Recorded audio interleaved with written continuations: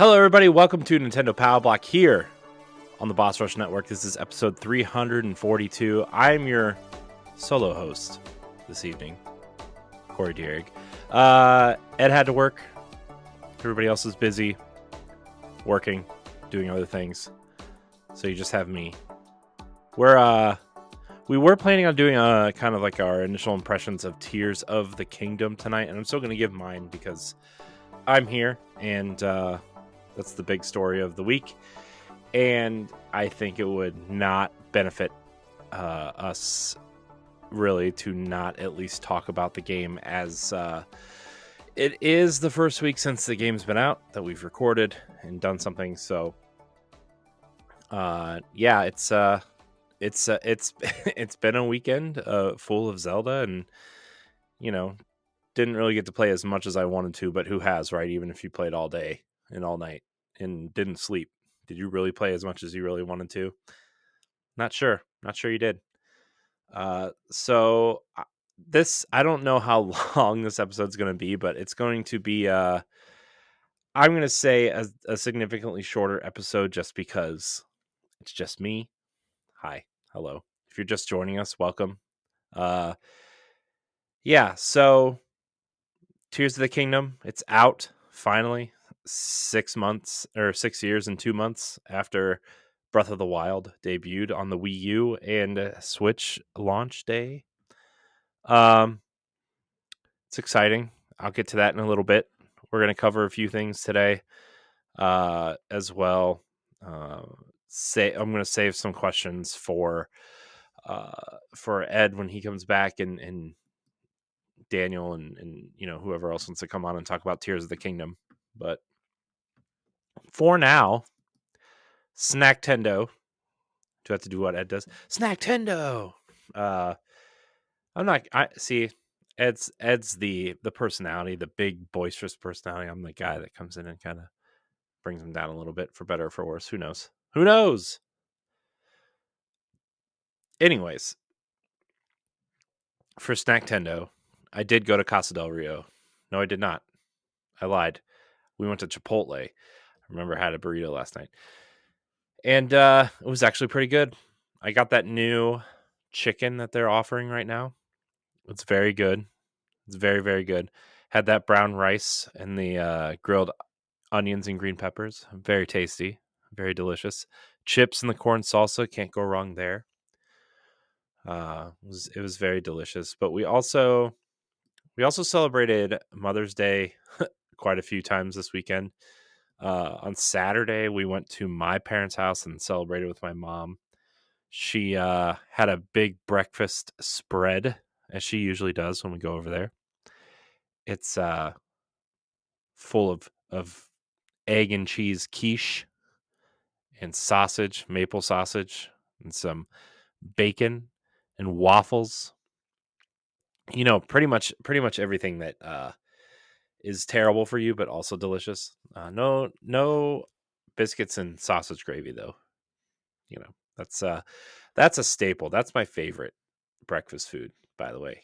Can't go wrong with a good biscuit and sausage gravy, let me tell you. And then later that evening, I actually didn't feel very good, but not because of the breakfast. I still kind of don't feel great, but there was sushi for all the moms at my mother-in-law's house, so that was good. And then like I said, yesterday, Sunday, as of the time of this recording, we had Chipotle, and it was delicious. So yeah. Oh, we also had a bunch of cakes and cookies and brownies and all the delicious sweets that you could think of. Very good, very good, very good. But that's about it for Snacktendo. Not a lot interesting. Didn't taste any weird drinks or Twizzler flavors, or I don't know. I didn't go to Domino's or Pizza Hut or Panda Express or whatever else Ed decides to eat at 1 o'clock in the morning when he texts me and he's like, I'm getting ice cream or I'm getting McDonald's. I'm like, what are you doing? What are you doing, man? If you want to be a Patreon producer, head on over to patreon.com/bossrushmedia, and find out which tier is right for you. Our Patreon producers at the $5 tier or higher for this month are Adriel Munger, Austin Campbell, Celeste Roberts, Christian S., Sana Dirrig, Francisco Santillan, and Rebecca Jewell. Thank you for your continued support. But it's all right. It's all good. So playing with power. I guess we'll get into Zelda in a minute. I played a couple indie games this week. This past week and a half or so. On Game Pass, on Xbox Game Pass, I played Ravenlock, which is a Zelda-like, a very, very light Zelda-like. It's kind of this voxel. I don't know if you guys remember that game Echo Generation from a company called Coco Cucumber. Coco Cucumber. But it's their next release. It's basically Alice in Wonderland meets Zelda. You can go around. There's 3 kind of major dungeons and then the Queen's Castle. And you can go around and you solve all these puzzles and try to get through the game. And it was very fun. I got all the achievements. It was quite fun. I found all of the what do you call them? The figurines, the rabbit figurines. I found most of the hats except for the ones that are DLC. I think there's DLC for the game. It was quite charming. It's not the best game I've ever played by any stretch. But if you are looking, the thing that I kind of the thing that I kind of felt about it, honestly, about partway through, it gets better as you go through because you start leveling up and you feel more powerful. The combat system's kind of, I don't want to say it's non-existent, but it's really easy to button mash your way through the game. Like, I think this game is designed to be a kid's first Zelda game. In all honesty, it was very, very easy. I didn't die the entire time I played through the game. I finished it with all the achievements in a little under 6 hours. But the game gets better as you go through the game. You get an achievement for petting the dog at the beginning. Also, pro tip: you start the game, you pet the dog, you get an achievement. But pretty much, you're this girl and you're moving into this farmhouse with your family. You do a couple chores for your family, and then after you're done doing your chores, your dad tells you to go to the barn and find if there's anything cool in there, anything fun, to check it out. You find this dirty old mirror, and then you have to go back to the kitchen and find a rag for this mirror to clean it off. And as you're cleaning the mirror, you kind of touch it and you get sucked into what is essentially Wonderland. I don't know if it's exactly Wonderland or not, but all the fixings are there, right? The Queen of Hearts is there. The White Rabbit, his name is Finn in this game. The mansion, the tea parties, the caterpillars. It's all there. So I'm assuming that it's Wonderland, but you are a character named Ravenlock in this universe, and so you kind of go through the Forbidden Forest and then the labyrinth and the clock tower and then the castle. Really charming game. If you have Game Pass, I highly recommend it. It's not on Switch yet. I don't know if it's coming to Switch or not. I've reached out to Coco Cucumber because I really want to talk to them about the game. So there might be an interview or a developer spotlight episode of something coming up soon. We'll keep you posted on social media and Patreon and all that, just to if that's happening. I really want it to happen because I think Ravenlock is actually a really special game. There's a lot of heart in the game, and so that counts for a lot, I think, in this space. So yeah, Ravenlock, if you have an Xbox or Game Pass, PC Game Pass, Xbox Game Pass, cloud, whatever, I recommend it. It's a very, very good game. I also had to pause the recording there for a second. My bad. So I've also been playing on Game Pass. This game is also on Switch, but I had it on Game Pass, so I played it there. Unpacking. It's a very charming game about basically what you're doing is just moving your stuff into different rooms, like a house, like your parents' house, and then you move off to college. So there's like a dorm room type place, and then your first apartment, you move in with a partner. Uh, and I don't want to spoil the story because there's a lot of great environmental storytelling in this game. I would highly recommend it, especially if you have Game Pass or if you want to buy it on Switch. I think it's 20 or $25. I also got all the achievement points in this game. Uh, it's funny, you get an achievement for flushing all the toilets in the game, so it's pretty funny. Uh, but it's a really charming game as well, and it's very kind of relaxing. uh, as you take stuff out of the boxes and you kind of figure out where it goes, and you get to kind of organize the stuff how you want it and organize your room. And then, once you realize you get to the levels where you're living with different people, you kind of get to move their stuff around, but also don't move some of their stuff around. And it's a really cute game. It's a really charming game. Highly recommend it. Try it out. Uh, it's cool. It's really cool. I don't really have much else to say about the game because there's not as much to say about it without spoiling the story. Uh, but it's really cute. It's really charming. Uh, go do the thing. Go play it. It's super fun. So those are the two those are the two Xbox games I played this this week. I also played a lot of Mario Kart 8 and Disney Dreamlight Valley, which I know people are probably tired of hearing about Disney Dreamlight Valley. So I will avoid that conversation. But Mario Kart 8 is still stellar. I've been playing a lot of the new tracks. After that, the first and second wave, I can honestly say the third and fourth waves have been exponentially better. Uh, I still don't like the Mario Kart tour levels. I think they're really awkward, and every lap you take a different route through the game, and I think you just should not add any more of those levels. I don't like them. I don't care for them. But the remakes of the older levels are stellar. 1,000% recommend the Mario Kart DLC. Still the best. It's still the best Mario Kart game. I don't care what anybody says. I know on expansion pass we've been doing ranking Mario Kart, or Ed and I think Josh Martinez is doing that with him. So check those out on YouTube and on Patreon. I think the last one is up this week actually on Patreon, so you can go check that out. It's great.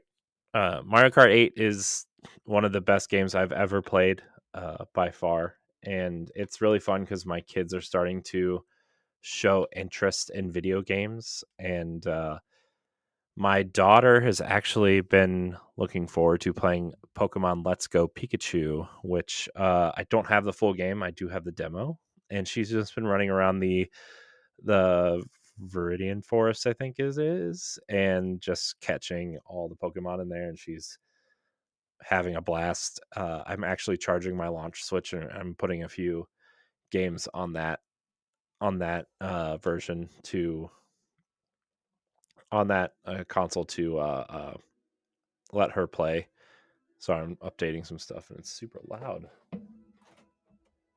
So that's where I'm at there in terms of the games I've been playing. I really I really want my kids to get into games, and my daughter's getting to that point where, like,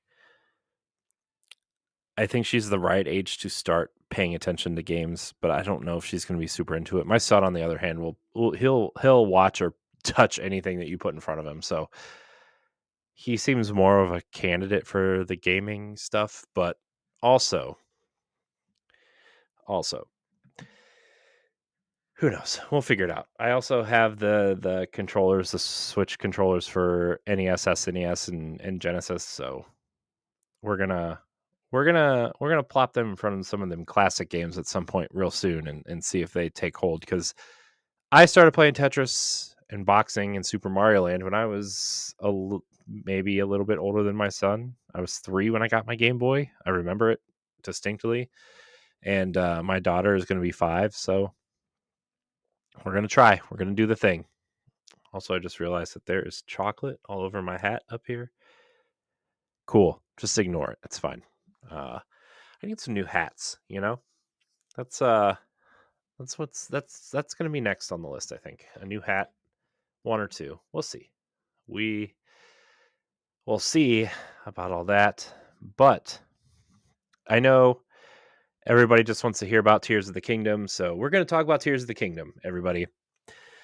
Uh so the first thing I want to say is that this is a very, very direct sequel to Breath of the Wild specifically. It's not just a Zelda game you can jump into. I mean, you can, right? But like this is the first time I feel like you should probably play the previous version of of the of the game as opposed to um hold on. I'm going to pause right here. Oh my gosh, Stephanie's here. Surprise! Ah. Hi I just Stephanie. used my Pad. That sounds I don't know, I'm not sure if I like that name. I used my Pad to Yeah. transport myself here into the recording. Hello, guys. Yeah, this is I was I was totally planning on doing the show by myself because Ed had to work. I it's funny because I actually already recorded like 15 minutes of this episode and we were just getting to the Zelda talk and we were texting and I was like, oh, okay, if you feel like you want to jump on and talk some Zelda, that'd be great because I'm sure nobody wants to listen to me talk about it for an hour. Uh so I guess I will let you go first. How do you feel about Zelda? Mostly positive. I think there's some part of my, I don't know, brain that's still kind of trying to digest everything because it is overwhelming. And I don't want to mistake that for a negative reaction. It's more just I'm still cutting my teeth on it just before I get a true sense of it all. I don't know about you, but it's a Yeah, lot. that's how I feel. I've played about 8 hours and I feel like I haven't done anything. Mhm. Um I have just been so it took me I I know you can do the tutorial sky stuff in like probably less than an hour, which is what the guide says, but I was up there for like 3 hours just exploring and like looking around and found some caves and I explored some caves and then when I got to the land like Hyrule land part, right? Like I went straight to uh kind of like the main hub area and I just started following the story points because I'm like I just want to I feel so overwhelmed and lost that I feel like I need at least some direction before I start going off and getting lost and doing the Breath of the Wildy things, right? And Mhm. then What I guide says that you'd be done with the Great Sky Island in like an hour? Because from the people that I've spoken with, I mean, they're not speedrunners either. They've spent at least 3-4 hours on the Sky Island, the uh tutorial I part. mean the the IGN wiki says that you can get to the land get to Hyrule in about an hour if you are kind of booking it. Okay, IGN, way to set some really unhealthy expectations. I know. That's why I Okay. don't that's why I don't really go to IGN a whole lot anymore.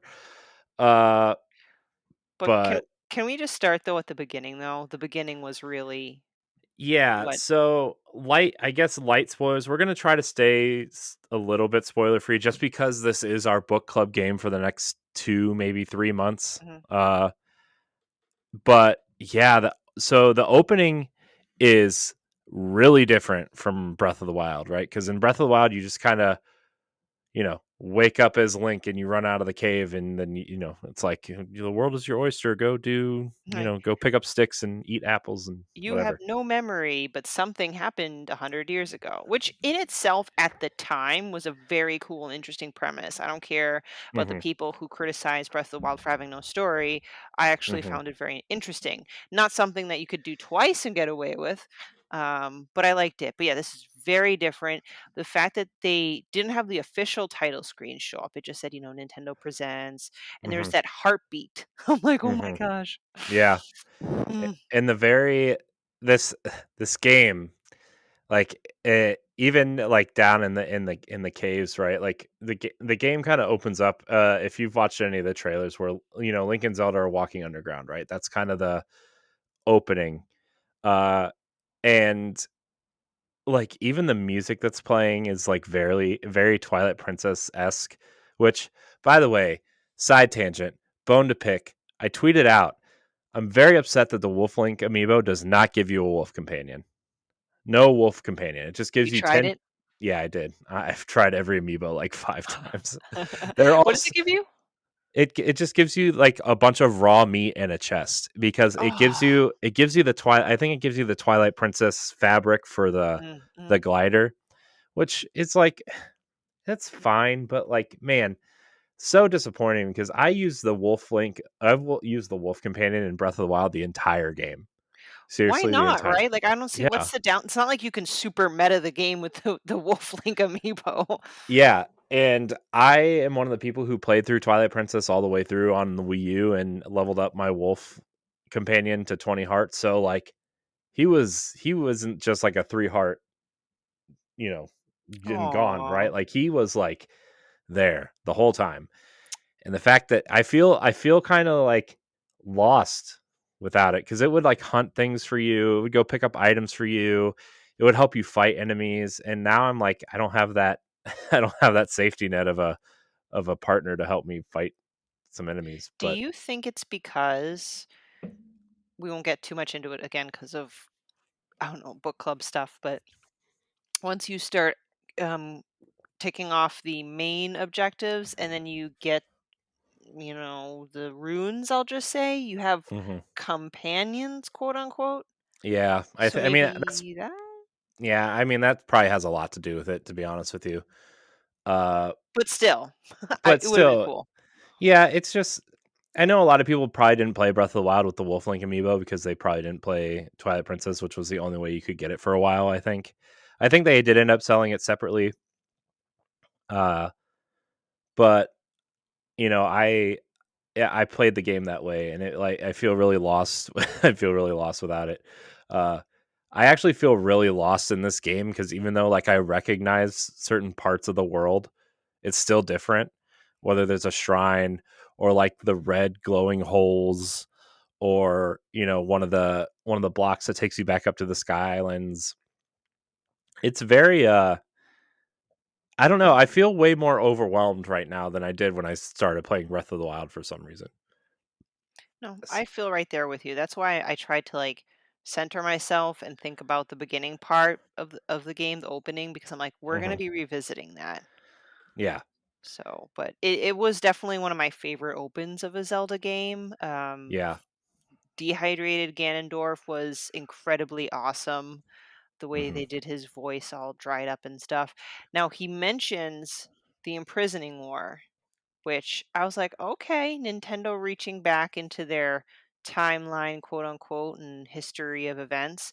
But so that's a positive, right? They're reaching and using the Zonai, which were barely mentioned in Breath of the Wild. Talking about imprisoning war because it's been mentioned but not fleshed out. So this hmm makes it really feel very Zelda-y. But here's the downside for someone who's like a fanatic with this kind of stuff, I pull out Hyrule Historia and I'm reading the description of the imprisoning war. And it's like the first event after like the fall timeline. I'm like, but this doesn't make sense. The Rito weren't in there and blah blah blah blah. Like my head will start to rationalize how I'm like, how is the Zonai in there? The Zonai were in Ocarina of Time. So Well, this is where my so the we talked about it on an expansion pass, which is actually coming out for free this weekend, this coming weekend. It came out for patrons before uh, before Tears of the Kingdom came out. But I sent you and Ed this paper that I found at the library where we were at the library with my daughter and we were like she was playing with this stuff called Buddha paper, which is like mhm, this reusable paper that can be reused once it dries because it's like a water-based material and you draw on the paper with water and when it evaporates like it the paper's empty and you can restart and do whatever you want on it, right? And mhm, so to me this is kind of hitting a theory that I had before the game came out and was like, this is not sticking to the Zelda timeline that we know, right? This isn't in the far future. This is an alternate timeline altogether. This is just it might be like a multiverse theory type thing almost too, where like, okay, well, the imprisoning war happened this way in the other games, but here's how it's happening here. Like it's the same event, but things during the event changed. Different characters may have been a part of it, whatever. Uh, of course, I'm I'm only like 8 or 9 hours in, so who knows, right? I haven't even done like one of the first major phenomenons yet. I'm heading that way now. I'm actually going to do that after we Well, record. But that's a good point because honestly, Nintendo put that timeline together because the fans demanded it. So damned if they do, damned if they don't, right? But it's your if you're a fan of the franchise, of any franchise, it's just almost like a knee-jerk reaction to kind of like flip mhm, back and make sense of things. So again, this is where there's going to be like a big I don't know if dichotomy is the right word, like a I keep going back and forth between really enjoying and getting into something, and then something in my brain pulls me out and ruins it for me. So when he mentions imprisoning war, I got excited, but then got confused. Um, yeah, and then Link gets caught by the arm that was holding Ganondorf down, and he wakes up in a new form of a Shrine of Resurrection. I think it's the Room of Awakening, yeah. and then Raru talks to you, which I love Raru. He's a cool character. hmm Um, I like the voice Have acting for you Raru.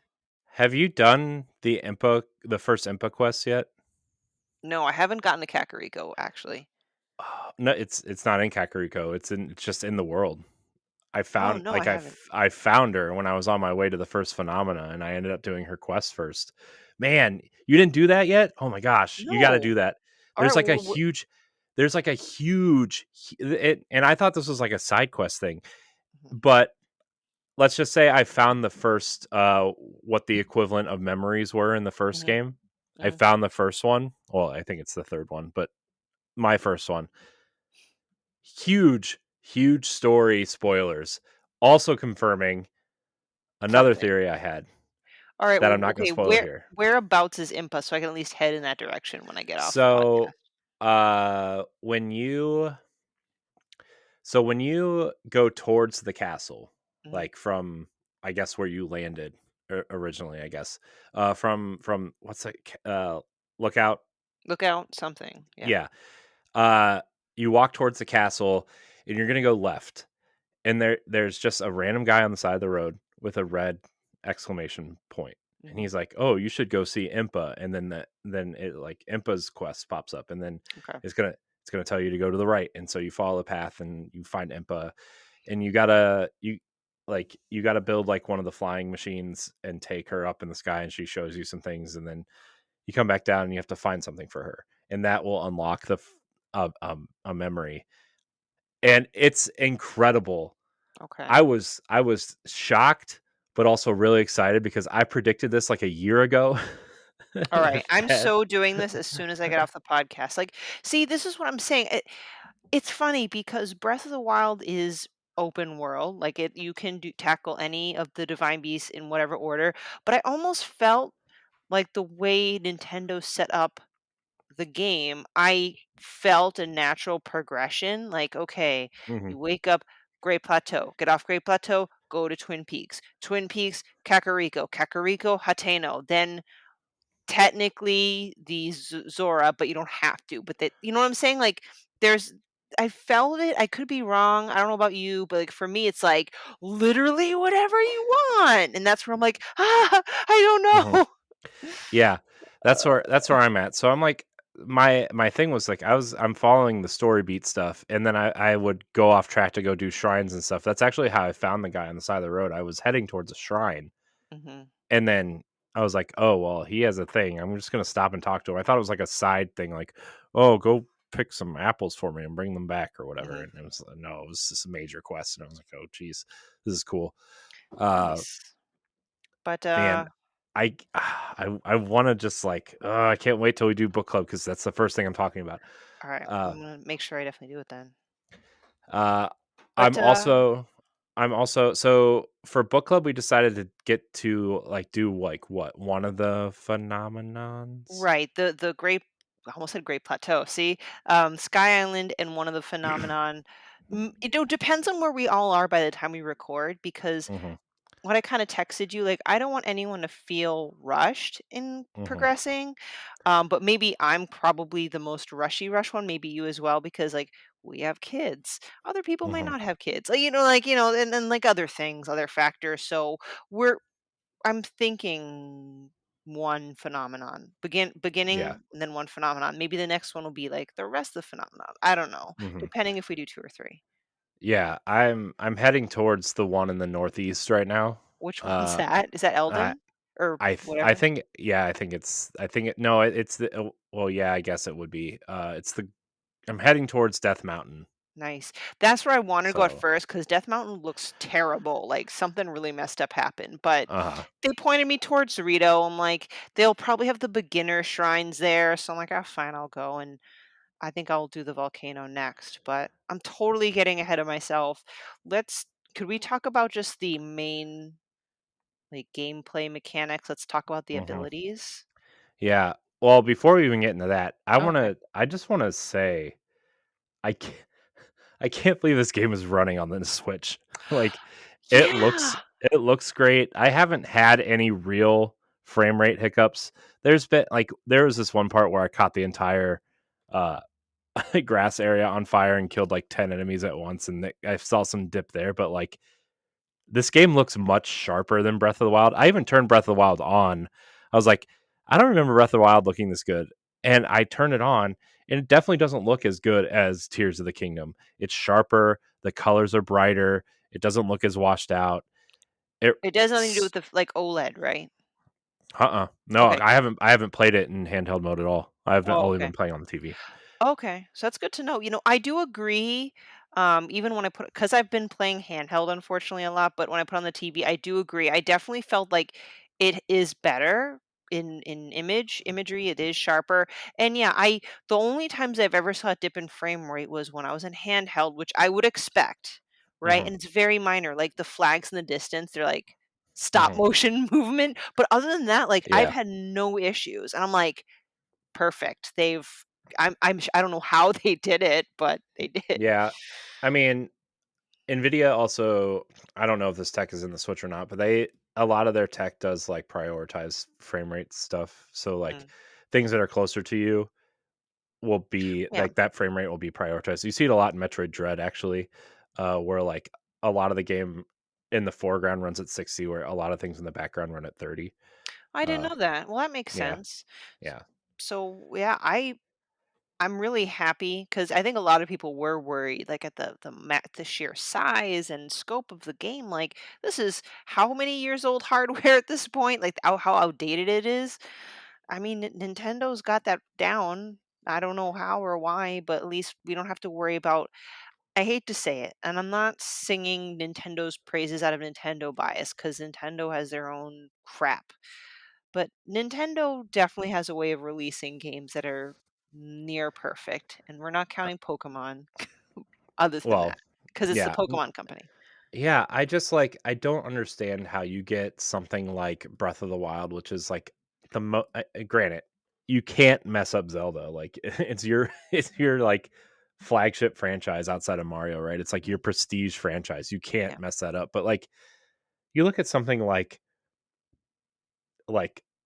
Pokemon or some of these third party games that have released that are just like real like, "Oh my gosh, I can't believe this." Like, I can't believe they even tried to sell this on Switch, right?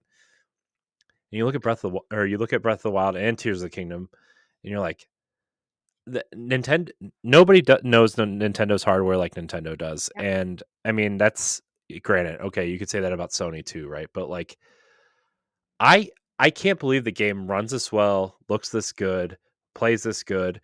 The world is like it's literally 4 times the size as Breath of the Wild, right? If you consider the Sky Islands, Yeah. the caverns, and Yep. then, like, Oh, this itty bitty cartridge. I don't know if you've gotten to the other part of the game yet, Quiet.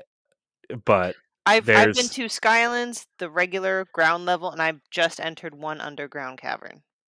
okay, well, there's a 4th thing that I don't wanna tell you about. It's got to be time. I don't know. It's not. It's not. It's God. How, okay, Here, I'll get you where? Just tell me I'll get where. How am I missing out on all this already? I'll give you a hint. Okay. A Link to the Past has one, Dark and World? then mhm, So the Dark World. yeah. You're telling me that this game not only has time in it, whether or not it's actively in gameplay or not, but there's definitely time, there's also Dark World. There's and both.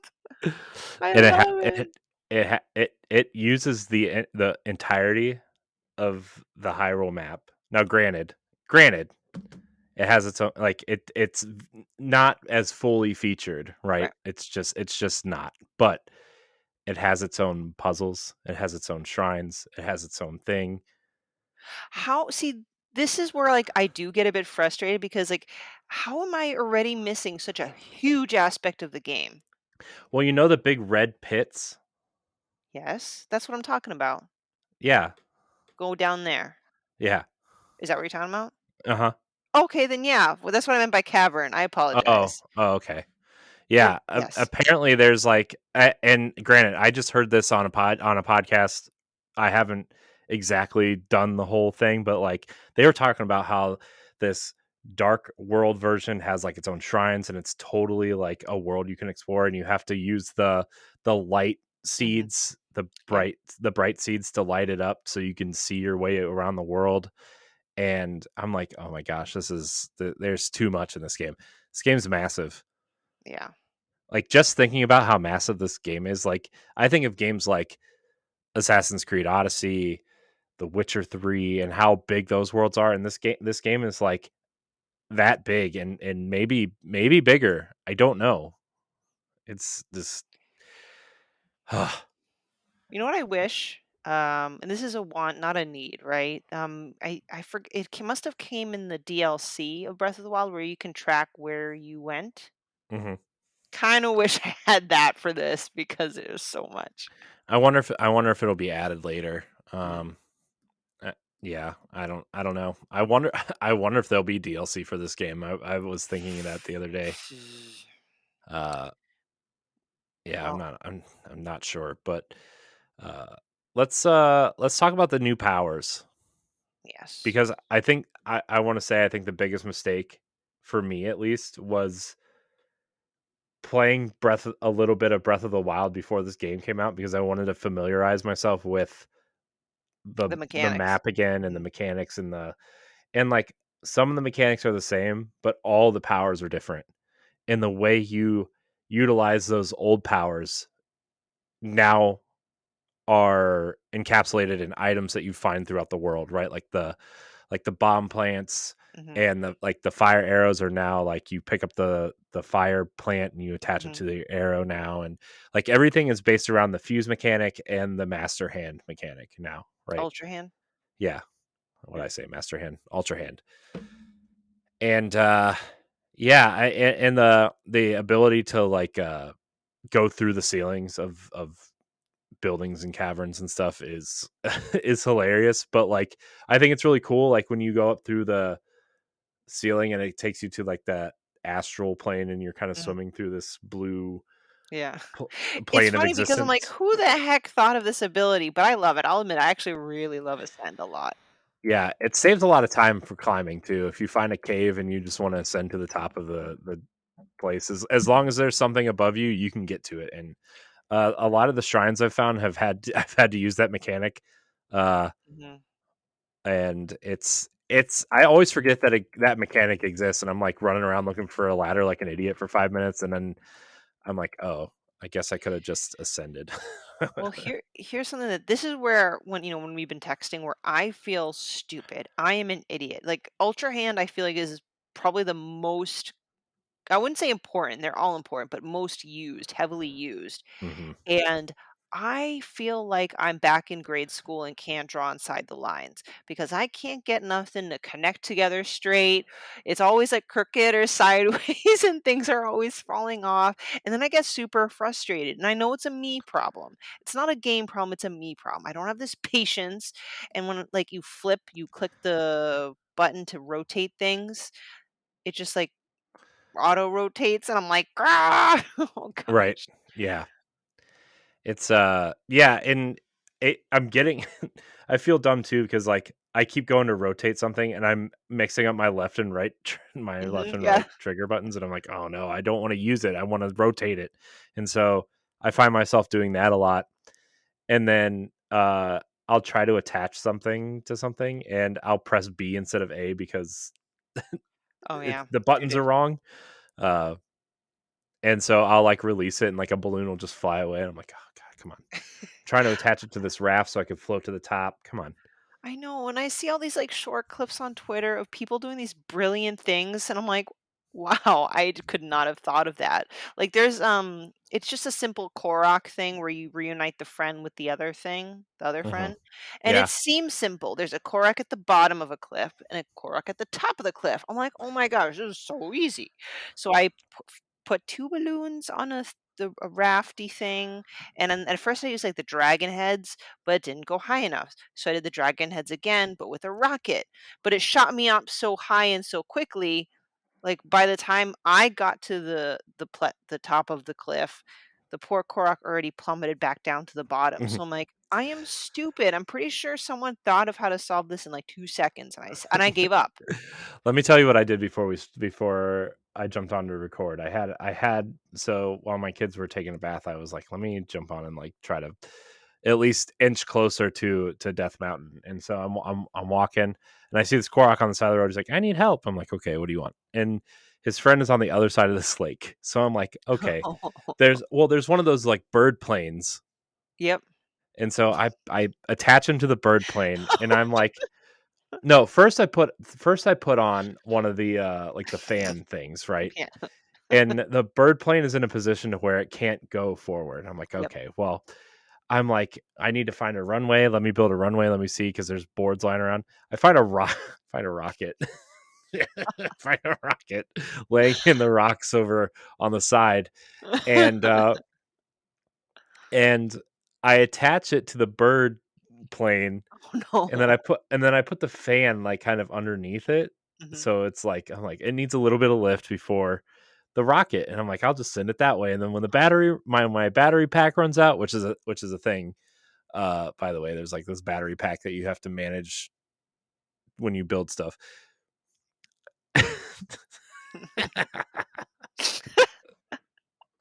So I hit the fan, and it starts going up faster than I anticipated, Yeah. and I try to jump and hit the rocket, and I miss the rocket. So it's just going straight up. And the Korok's like, I need to see my friend. And I'm like, oh no. And so the plane comes back down when the battery runs out. I'm like, okay, I'm just gonna shoot it across. So before it hits the ground, I hit the rocket Uh, and it like nosedives into this river. and, the, and the Korok is in the water underneath this bird plane. And the rocket is shooting it down the river. And I'm like, I really hope this didn't autosave somewhere in here because I don't know where the Korok went. It just started going down the river. that It was poor pretty, thing. I know. I wonder I'm if like, he'll respawn. I hope so because I it was funny though. It you know, it was funny. no, it is, and unfortunately, I've read, like, the articles, like, people are, like, intentionally messing with the Koroks, but, like, I'm killing them, and it's not even on purpose, like, one was over a chasm, and it would fall through the chasm, and then that one where I was reuniting the one at the top of the cliff, like, the rocket shot up so high, I don't know if Hmm. like, I don't know what happened, the thing just, like, plummeted back and just, like, crashed into the stable. I felt so Uh, bad, and then I just left him there. yeah, Glued.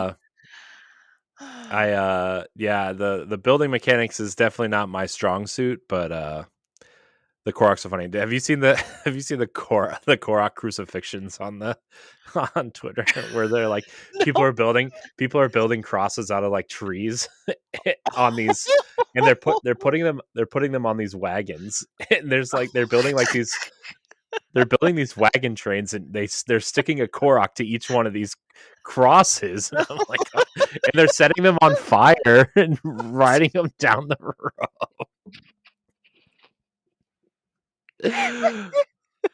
Like, oh my gosh. I don't condone crucifixion, but oh my gosh, that's hilarious. How do Oh you my look that gosh. up? It's so funny. I'm gonna try to find one and I'll send it to you. Please. Because I'm it's pretty sure Nintendo's mortified. I'm sure, but they should have look. They should have thought of this before you. Yeah, the way Before to you, deter that is like a morality system where if you do stuff like that, you get punished for it, but there's no punishment. yeah, Oh uh, my yeah. gosh. It's pretty funny. Here they are. Okay, Ugh, I'm gonna send you these because these are pretty funny. thanks. So, Um, let me get a question in before I start laughing again. okay. How are you liking the fusability? Have you made any interesting weapons? I made a giant I made a giant axe, which was super useful, and then I made like the dumb kind of long sticks. I don't know. People are calling them sticks on big sticks online. Uh, oh my gosh, this one's hilarious. Uh, and it's I did find that I could fuse a fire plant to a sword and it would just be on fire. That's awesome. Um, I saw somebody build like an actual working flamethrower, Uh-huh. which was pretty funny. Uh, and Nice. then what else? I haven't really built too many weapons, although I've been attaching different things to my shield actually. So like there's the Mhm. mushrooms that cause like a smoke screen. I haven't found sorry, I just saw the picture. What mushroom is that? I haven't found it yet. There's one in the Sky Island that's pretty I know those are they're so funny. I'm sorry, it's not that funny. No, it's pretty funny. Let's be honest. No, here's the train one that I found. I'm sorry, listeners. I laugh so much. Oh my god. This should be the thumbnail for the episode. I can't wait. Please talk about something. oh oh no, here's the good one. Okay, let me Oh, my poor thing. Oh, here's one more that you're gonna. This is the funny one. I'm Um, crying. My gosh. uh, what were we talking about? Oh, yeah, that one's the funny. That one's the funny one. I So should get just this out. everybody just Google search Korok crucifixion and you'll find all of your it's funny. Anyway, okay. Ooh, so fused. uh Um, yeah, I've just been attaching boulders to my low level shields because it makes them stronger. I've been more experimenting with the bow stuff mm, because mhm. uh the the eyeballs that you find track the enemies. The fire flower kind of sets things on fire. I also found a couple of the ice kind of what do you Oh, call them, the I love blob those. things. Yeah. Mhm. And I've been able to freeze enemies, which has been really nice Yep. with arrows. So I've really been experimenting with that and it's been working. I love the I love the dazzle fruit. Sorry, the dazzle fruit is when you shoot an enemy. All the enemies in the vicinity. Oh wait, hold on. There's another one I have to show It's you. like, yeah, I'm not even looking at it anymore. It's in my brain. No, this one you have to see this one. There's this video was floating around on Twitter, but here's a screenshot of it because it's pretty funny. But have you used dazzle fruit? I like Okay. if I'm like running into a horde of enemies. Did someone make that? Yeah, somebody made that.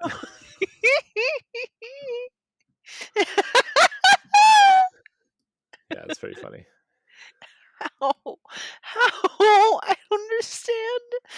This is this is where I wish I was creative. I think this is That's where you wish you were creative by making a male genitalia out of Korok seeds and boards and a rocket apparently.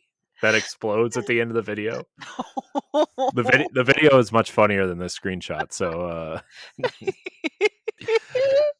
look, everybody, we're just children, okay? We're just I know, I'm sorry. This is supposed to be an intelligent podcast about our first impressions of Tears of the Kingdom.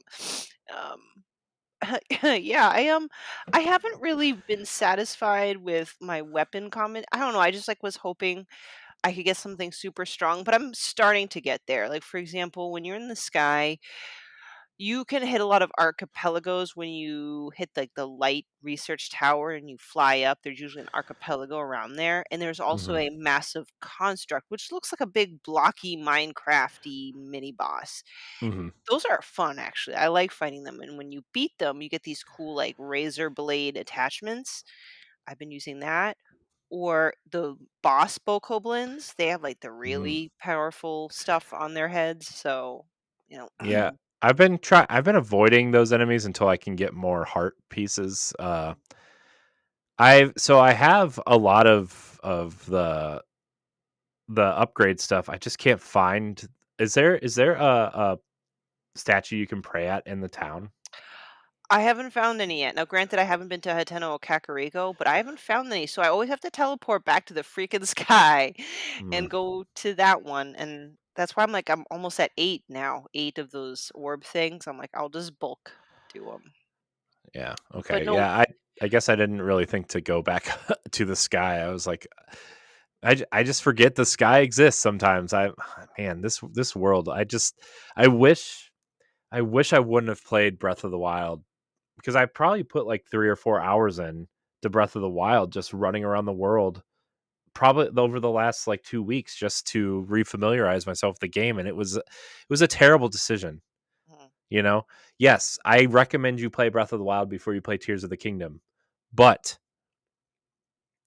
do not leave some space in between because the powers and just the way the world works is just, you know, man, it's so yeah. different.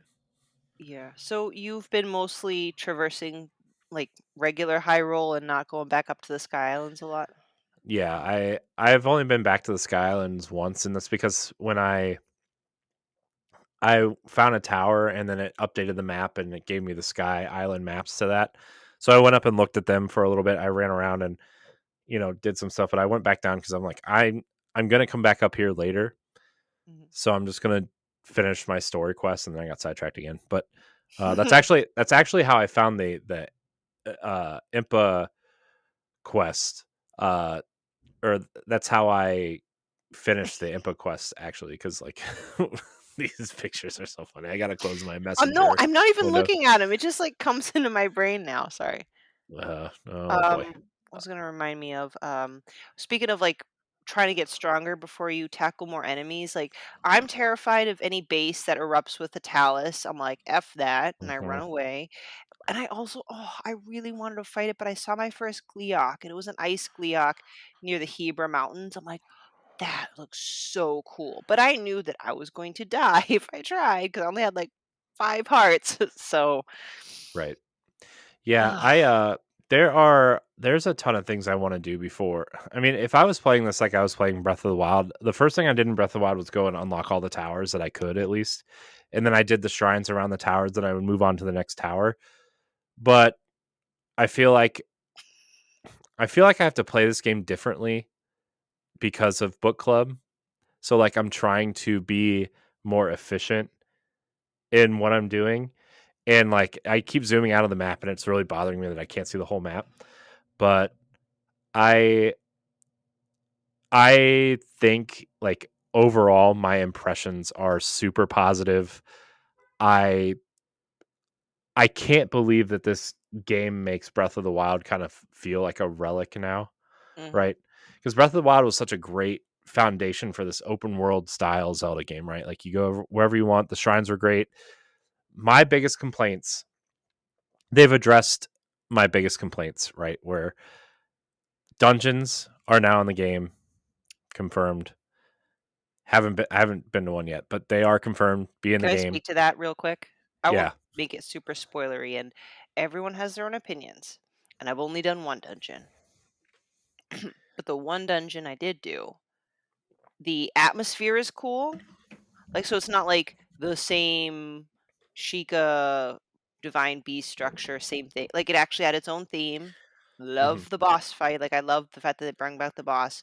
But I was a little disappointed because they call it a something temple, a temple. But mhm, guess what? The whole point of the temple was to unlock 5 locks. Sounds a lot like something I did in a shrine. You have to you access all these terminals. And after all mhm. that, it opens a thing, start the boss fight. So, I don't know, maybe it's just for that temple. I just was a little like, okay, so it's not a traditional temple, it's still more like a divine beast, but Yeah. I'm not poo-pooing on it. I'm just, we'll Yeah, see. no, I kind of have gone in with lower expectations for these dungeons as opposed to a divine beast, but I am still excited that they're there. So, Yes, for sure. So back to uh, that, yes. I They just brought back dungeons. I definitely think the divine beasts were the weakest part of of Breath of the Wild by far. Mhm. Uh, but also like my other thing was like I don't like the breakable weapon system. Now, granted, I have like 25 amiibo I can use to scan items in. There's items like every 10 feet that you can kind of put together and fuse and find and make your current weapon stronger and whatever. But I hated that in Breath of the Wild. And the fact that you can kind of fuse stuff together to make new weapons and hopefully find stronger weapons. And I my thing is I wish you could craft better weapons. Like Yeah. you've like you could go find, I don't know, rubies and opals and amber and stuff and kind of fuse them together to make a weapon that was, super durable, couldn't break, whatever. Uh I know, and all the traditional weapons are all or metal weapons are all rusted. I'm like, "Oh gosh, okay." yeah. So that would have been my only kind of gripe. But other than that, like I think this game is a daunting task, but it feels like I'm back in this world that I want to be in. Like even though it's kind of overwhelming, it feels like a natural progression of Breath of the Wild, and I really love it. And I when I did that first kind of memory,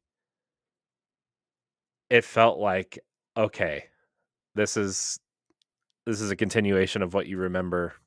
It's not really that different. It's fun. And then that overwhelming feeling kind of dissipated. Mhm. And Yeah, I agree. Any gripes I have with this game so far are either so nitpicky or I kind of filed it as the jury's still out because I feel like I need to get used to the controls first before I can truly make a complaint, right? And I need to get mhm, far enough into the game to fully understand everything. So that's why like everything I have right now is either so nitpicky or I feel like I don't have enough information to render a true judgment.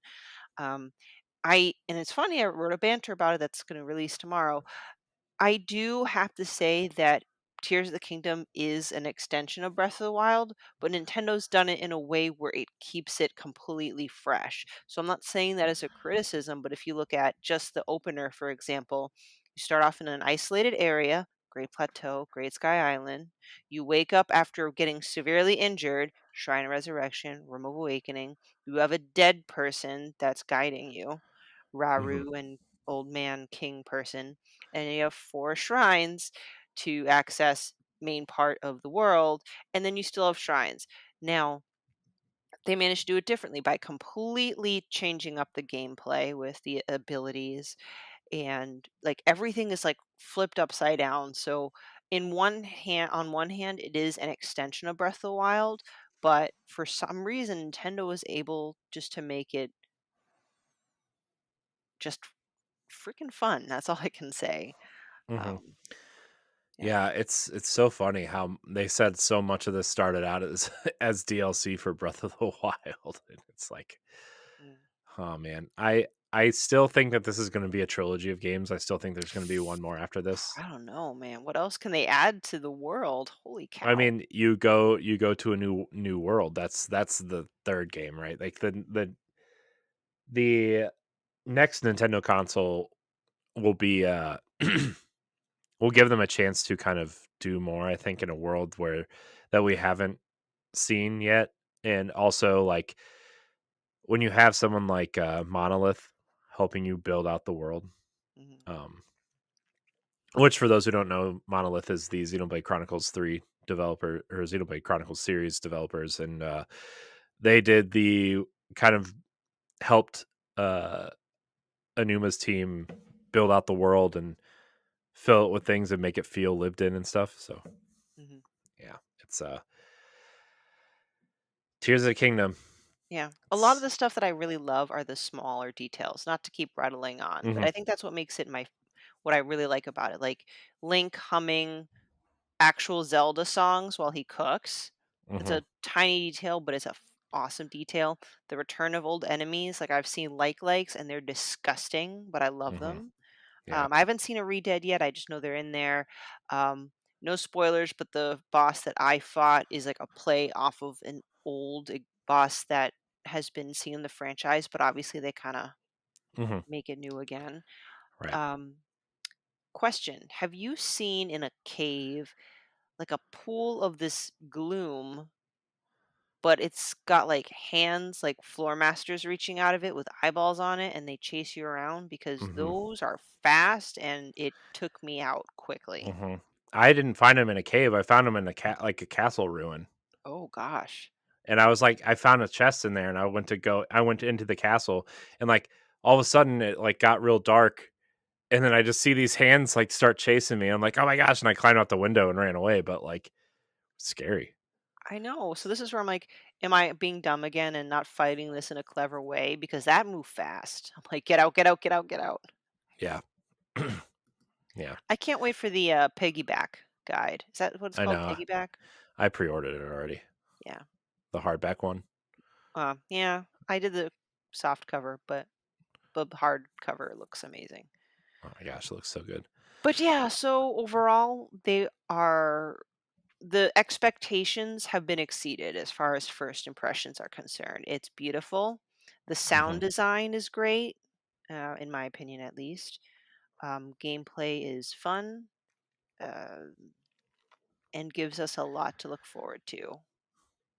Yeah, it's again, we're gonna be doing this for book club over the next couple months. So if you want to hear more about Tears of the Kingdom, I'm sure on next week's episode when Ed is back and we kind of have a full crew, they'll have impressions and we'll talk about it more. Can I, But book can I club ask is two more questions? They're yeah. quick though. We actually have a bunch of questions about the game in Oh, then Discord. I'm sorry. Let's do that. Uh, I mean, you can ask questions. I don't care. All right, but these will be quick one-liners because they're the questions that are, I guess everybody would ask.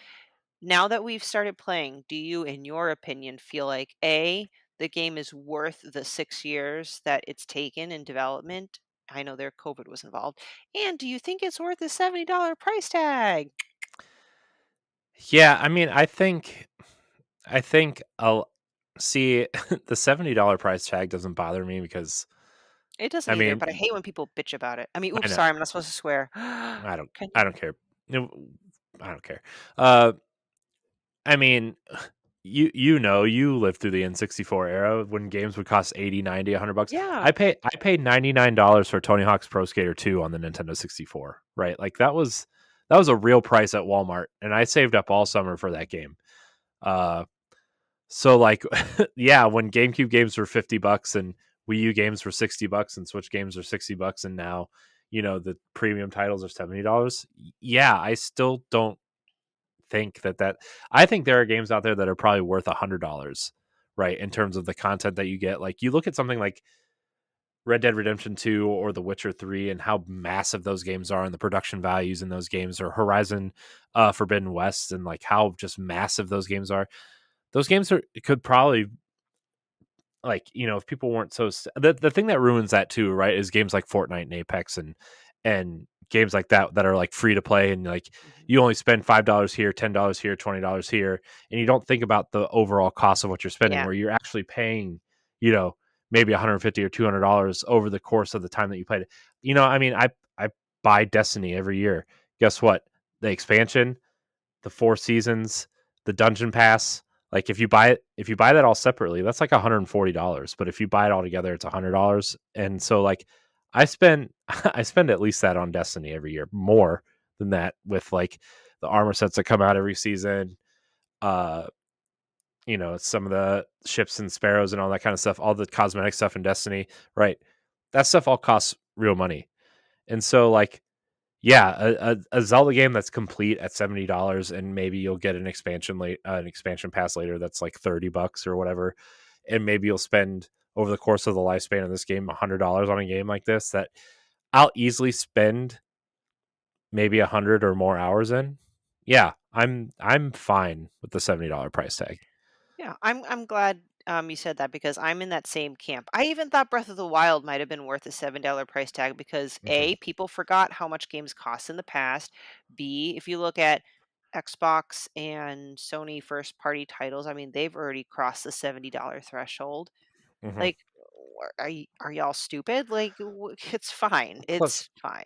like you think of all the premium editions and stuff of like Xbox and PlayStation games you're buying, right? Like Call of Duty, like the maximum is like $150. NBA 2K is like $100. All these games that like yeah, the base version costs $60 or $70, but like if you're into that franchise or that game, you're paying for the premium edition or the expansion packs. You're still paying 100 and 120, $150 for that game, and so I also think like the loud minority on the internet is whatever. They True. complain about everything. Um and I think yeah, okay, gaming is an expensive hobby. It really is, right? Unless you don't have to be there day one for certain games. I mean, Nintendo games are the exception. But like, I'm looking at this Xbox sale right now, and there are great games that are like anywhere between $2 and $10 on sale, and it's like, oh my gosh, I can't believe this game is only $2.50, right? Like, uh, Crosscode is a game that I really love on Switch. It's $11 on Xbox right now. I'm like, oh my gosh, that game is amazing for $11. The amount that you get out of that for $11 is incredible. Uh, but Nintendo and I think Sony now to an extent view themselves as a premium product and a Yeah. premium company, and their games are never going to go down in price. Breath of the Wild is still $60. I was actually shocked when Switch games started coming out and they weren't $70 because Xbox and PlayStation had already kind of Yeah. announced that. Uh, well, maybe did they? I don't think they had announced that yet, but people were expecting them to make that jump. And obviously, with Series X and PlayStation 5, those games have already jumped to $70. Yeah. Uh, but then you get something like Pikmin, right? Pikmin 4 is only 60. You know, there's other games that are out that are only 60. So, I mean, the next Mario game will probably be $70. The next full 3D Mario game will probably be $70, right? Metroid Prime 4 will probably be $70. But that's another case too, where like we saw Metroid Prime Remaster come out for $40. It's like, what? Exactly. Yeah. $40 for Metroid? Really? Really? That game? That game should be $60. That game's amazing. So who knows? Who knows what Who they're doing? knows? Yeah. Uh, But we do have some Discord questions about this game. Uh, let's see. MH Norris writes in, part of the writing team. She asks, "Is the game easy to pick up if you didn't finish Breath of the Wild, or is there a steep learning curve?" Huh. um, I would. Here's the thing. Like I said earlier, I would recommend playing Breath of the Wild before this, but more to familiarize yourself with the world. If you want to know the story, and you want to jump into this game, I mean, don't spend like 30, 40, 50 hours in Breath of the Wild to catch up because you're never going to you're going to miss the conversation. If you want to be part of the conversation, I would say look up like a story synopsis cuz like we were talking about earlier, this is a direct sequel to Breath of the Wild. The game literally opens up as, as a sequel. Like you're doing the things that you ended the first game doing, right? Uh that's true, but if you don't mind me saying, like, I'm trying to put myself in the shoes of as if I maybe never either fully played or played Breath of the Wild. I do think Tears of the Kingdom is a bit friendly to mhm. to beginners if need Yeah. be. I Yeah, still agree with your recommendation, though. yeah. If you don't care about the story, then no, jump right in, right? Like Yeah. that's like if you want to see the sandbox and experiment with the tools, and I think they do a decent job of catching you up with certain things. At least early on, I mean, they set the stage where like, okay, this happened, this is what you're doing. This is what happened at the end of Breath of the Wild. Here's where you are in Tears of the Kingdom, and here's where it kicks you off, right? So it does do a good job of that. Um, so man, I don't know. I'm kind of talking myself out of it now. Breath of the Wild is totally worth playing. Uh, maybe depending on how far you are, finish it before you start this. But if you haven't really started it, then I guess I would say maybe you should just jump into this because of the powers are different. You don't want to like teach yourself these powers in Breath of the Wild and then turn around and teach yourself these new powers, right? Exactly. I'm a little concerned, if someone's considering trying to cram Breath of the Wild in before playing Tears of the Kingdom now, Hmm. I probably don't recommend it. If you had all the time in the world and don't care about playing Tears of the Kingdom now, then yeah, you should for the story. But I agree, like if you play and especially cram Breath of the Wild right before Tears of the Kingdom, you're gonna get so confused because you just have to retrain yourself with the controls and whatnot. I think they both have their own story, so you're really not going to completely miss the boat if you start Tears of the Kingdom if need be. Yeah, yeah. And then Dave Lasby writes in. David Mary Lasby had writes one more in. question. Sorry to She cut you does, off. but I was just going Oh, in I'm order. sorry. I'm I was sorry. just going in order. I mean, we can answer her other two questions first if you want. No, it's okay. Okay, here we go. Do you think that someone who hasn't played a Zelda game before can jump in and play? Yes. Yeah, to me, like as much as I love Zelda, I don't really consider Breath of the Wild or Tears of the Kingdom traditional Zelda games. So like if you haven't played a Zelda game before, it really doesn't matter. If you have played Breath of the Wild, I think you'll get more out of Tears of the Kingdom, which I goes back agree. to the previous question, I guess. uh, Yeah, both Breath of the Wild, Tears of the Kingdom play a little bit more like mhm. just a third person adventure game that we Yeah, see in modern times. and I know she's really into Horizon. Hmm. She talks about it all the time in the Twitter chat, and I think this is Nintendo's kind of answer to Hmm. that. Uh, there's a lot more kind of building and like some of the vehicles people have built are insane, but there's a lot more of that kind of stuff. It's less trap setting and monster huntery and more let's see what we can do to solve this puzzle, whether it's building something or uh connecting 20 swords to connect an electrical you know kind of source. So yeah, I would say you can definitely jump into Breath. There's so many people that Breath of the Wild was their first Zelda, and like, man, good luck going backwards. I guess Yeah. that would be my thing. Is like if you want to experience Zelda before Tears of the Kingdom, do it because going back is really hard. Um,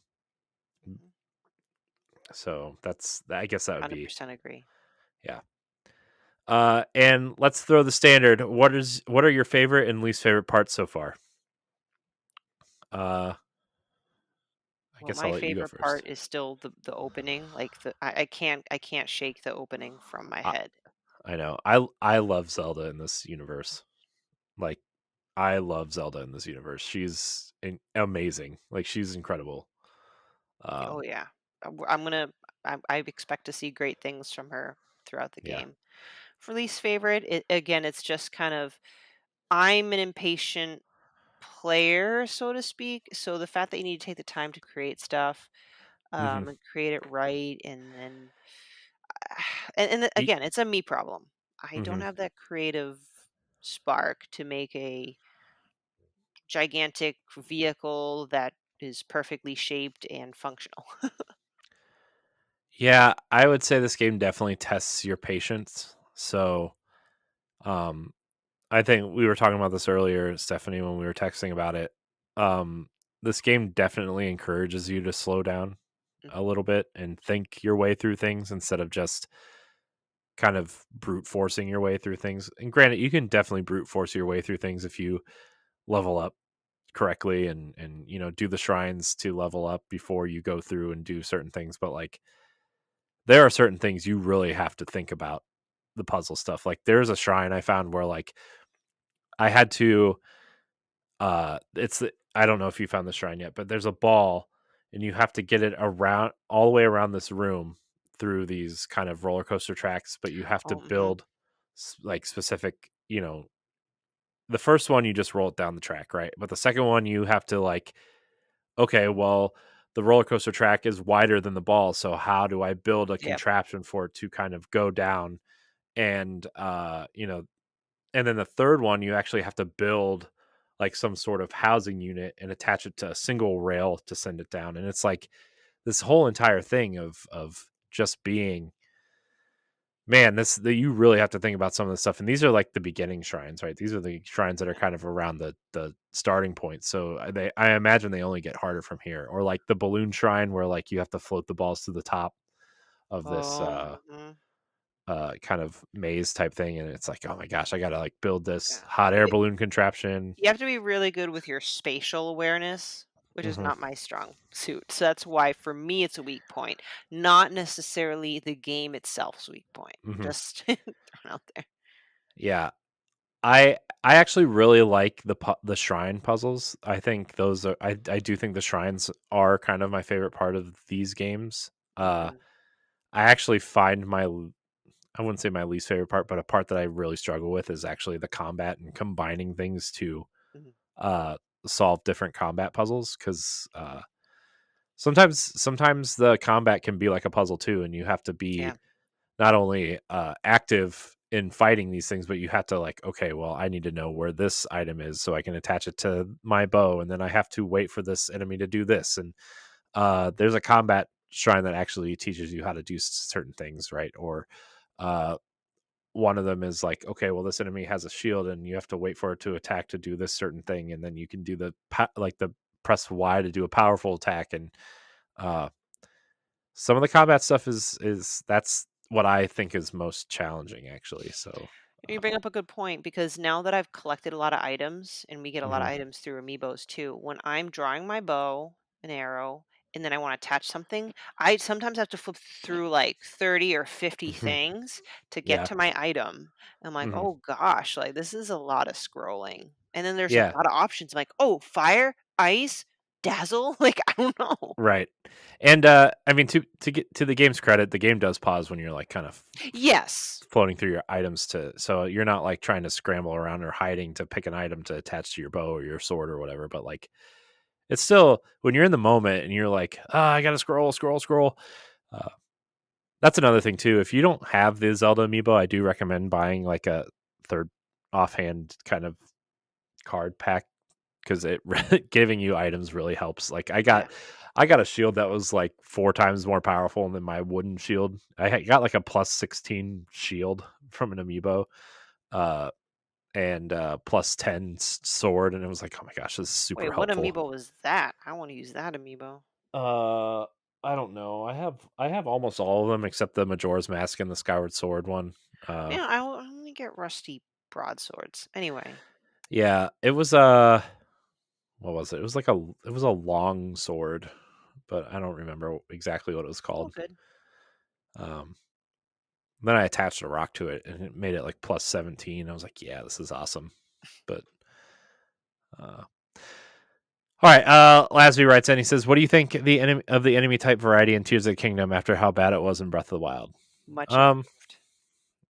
yeah, I mean, I don't think it was really that bad in Breath of the Wild, but I do know what you're saying. Where I think there was a lot of bokoblins that just kind of wandered around and skeletons and stuff. Where like I do think the Zonai stuff in the sky is pretty cool. I think the weird kind of frog enemies that you find in the caves are kind of gross and Oh interesting. yeah, the Uh, cave enemies. Like, there's one that almost looks like a monkey, and he's like hanging mhm, from the ceiling.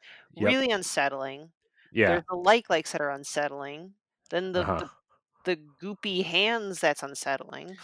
Like, yeah. Yeah, there's a lot I appreciate the enemy variety. What about the walking trees, Corey? Oh my gosh, yeah. Yeah, because the Korok guy Yeah. um was like, help me, those trees are scary." I'm like, "What are you talking about?" And I walk up to the trees and they just start running towards me like, "Oh my god." And I I took out my know, I took out my giant axe that I had built and I just started cutting them down. It was scary though. Didn't right? expect that. It Did was not just expect kinda it. like, "Whoa." Super Yeah. weird. You didn't Yeah. run into a Redead yet, did you? I don't think so. Uh-uh. Okay. Well, anyway, but I yeah, it wasn't like a massive complaint back in Breath of the Wild, but I guess like after putting in many, many hours, it's like okay, instead of the red bokoblins, they're now blue, black, and like silver. Like you know how they go up in difficulty. mhm. But here, there's definitely more variety. You have your standard enemies, and you got like we have the boss bokoblin now. Um, they're doing their little routes and whatever. So I'm looking forward to seeing what else I'll discover in the different regions.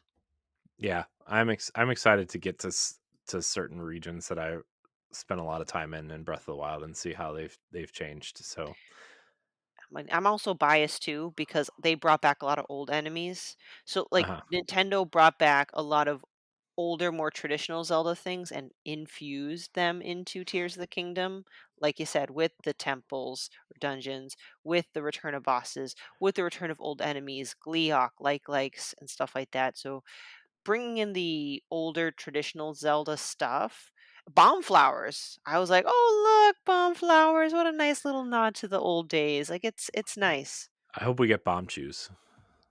Yeah. um so yeah, I guess that's our initial Mhm. impressions of Tears of the Kingdom. I am enjoying it. I can't wait to play more. I'm excited to kind of get in. I've played 8 or 9 hours and I'm still not into the meat of the game yet, and you just want to like get in there and be like, I did the thing. Um, but yeah, definitely, definitely recommended, especially if you liked Breath of the Wild, or even if you like third-person action games with a little bit of experimentation. So, Yes. uh, is there anything else you want to talk about before we get out of here? All the things, but I'll save it for book club. Thanks for letting me hop on, even though it was a little bit late. No, that's it. I was planning on doing this by myself because I'd had to work, and I didn't want to bother anybody. Be like, hey, you want to jump on? You want to jump on? Come on! And then like you volunteered, and it really helped. It really helped. I think save save this episode. To be Dude, it was honest, a lot of fun though, and you made me laugh so hard. I got an incredible ab workout. I don't think I've laughed this hard in a long time. it wasn't me. It was the Koroks. You know. Well, see, this is another thing. I guess this is my final comment. The thing where I find Nintendo excellence or Zelda excellence, this game got people talking. And I mean talking, not just, oh, this game is great. It's like, how'd you do this? How'd you do that? I found out about the Impa thing from you. And like, you know what I'm saying? Like this hmm game almost brings back kind of like the old school way of just having conversations with others and learning from one another, not just being spoon fed to you from the game. Yeah, it definitely reminds me of some of the things we used to talk about at school, like especially like the Mario 64 star locations. It kind of reminds Mhm. me of some of those Yeah. conversations I used to have, or like you know other uh, kind of like, oh, and Tony Hawk, you can play as Spider-Man. That's cool, but yeah, these man, this game is just it's incredible. Uh, but yeah, we'll be back with another regular episode of Nintendo Pow Block next week. I know our schedule's kind of been all over the place with the show, but we'll get there. We're Schedules are hard, guys. But Adulting is hard. yeah, you're telling me. Stephanie, thanks for jumping on with me. I appreciate you.